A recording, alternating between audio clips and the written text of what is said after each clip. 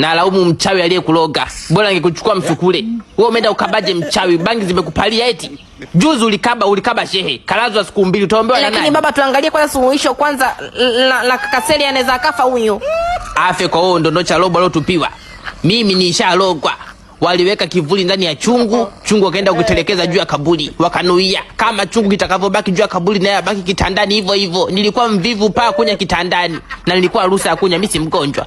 Sela amelogwa hivi. Kalogwa anakaa kabisa kichwa ndo kimeangalia chini. Sijui katupiwa jini kuchinjwa. Sasa jinaofuata hapo ni udenda na kucheka mwenyewe. Sijui nani aliyemloga. Ningempata Dungetafuta duka nikampa buku anye soda anipe 400 yangu kuniondoke. Kafanya kazi ya ajabu. Lakini baba mwangalie Kaseli jamani, mwangalie kaka. Wewe naye usijifanye na uchungu kuzidi aliyemtungisha. Baba kaka hata kunguja na kaka zake. Ukimuua mmoja kita kaka zake ulali ndani, utapiga gitara mwili labda ulale nje. Kwa mawazo yako mimi nitamwacha afe. Hivi kwa akili yako gharama ya kumtibu na gharama za mazishi zipi ni gharama? Mazishi ndo gharama. Kwa hiyo kwa mawazo yako mimi nitafurahi kufiwa. Nimejiandaa chakula cha kulisha nzengo. Nani atatoa mchango kwanza? Mtaa mzima mmekichafua. Mtoto anakaba mpaka sungusungu. Vijana wa mtaani wanatembea na vizosaudu smart wanaacha nyumbani, wanajua kabisa kutoka nayo umempa nani. Hebu fungua mlango.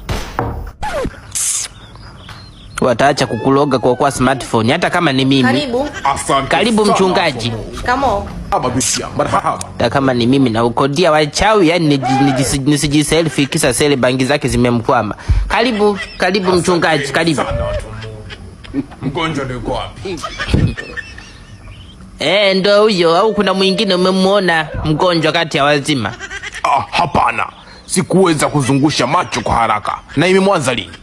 Imemwanza leo. Aliamka tu vizuri, kafanya shughuli zake za kila siku za kupasha akili, akatoka, karudishwa hivyo maana mwenyewe asingeweza kufika kwa alichotupiwa. Basi kama huwa anapasha, itakuwa ni mshtuko wa moyo, mazoezi yamemzidia. Mchungaji, anachokipasha huyo ukikipasha wewe, utaenda kupasua bahari ukajiona Musa. Muombe mengine achana nayo. Ila mtu wa Mungu, inatakiwa tuongee kabla. Tupange bei ya maombi. Wewe unauza maombi? Hapana mtu wa Mungu. Basi nafanya kazi onleta kwanza. Kwanza namshukuru Mungu wangu. Pili naomba kama kuna chochote kwenye mwili huu kinanisikia, kiongee na mimi kabla sijaanza kushusha moto. Baba, katika jina lako nakuja mbele zako na nakata nguvu zote za giza alizofungwa kijana huyu. Nafunga kwa damu yako, nazungurushia kwa damu yako. Kuona. Achia mwili. Moto. Fire.